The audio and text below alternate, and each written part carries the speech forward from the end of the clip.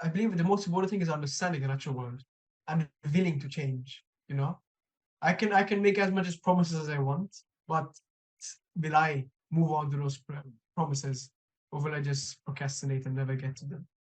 I mean, we have to understand how things work, not in the molecular level, not in the scientific level, but a simple understanding. You know, for example, apart from carbon emissions and energy consumptions, why is meat not a good option? Because see, when we look at it as a food chain sort of perspective, we can see that when an animal, let's say a cheetah, consumes meat, a gazelle, a little of that energy is passed on from the gazelle to the cheetah.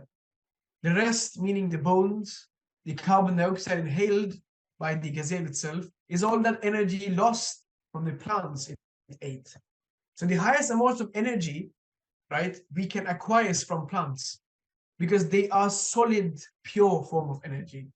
You're not lost. But as a person, let's say, as it pass on the food chain, the sort of energy is reduced as we pass on. That's why when we see a sparrow, we don't give any attention to it. But if you see a hawk or if you see an eagle, we're gonna be like, oh my goodness, look at that eagle, because it's a top predator and only a few energy reaches up there, so it cannot sustain a huge population. So I believe understanding the natural world is the key step taking action. In that case, how can we understand the natural world more? Immediately, the first thing that comes to my mind is teaching it in schools, teaching it to the younger generation. I think doing that, we would be able to have from a young age, maybe from the ages of 3, 4, 5, we would be able to have a really strong understanding of what the natural world is like, how animals thrive, how they survive, how we contribute to the food chain. Do you have any Yeah, other I mean, ideas? one of the biggest ways in which you can understand the natural world is that first stopping the human beings' characteristic of silly reasoning.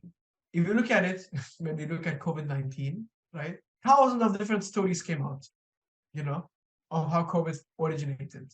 But in reality, when we look at it, the more we exploit the natural world, the more our population expands, the more we are pushing populations of animals into different corners, and the more we are putting at risk ourselves for let's say a disease jumping from those animals to us, right?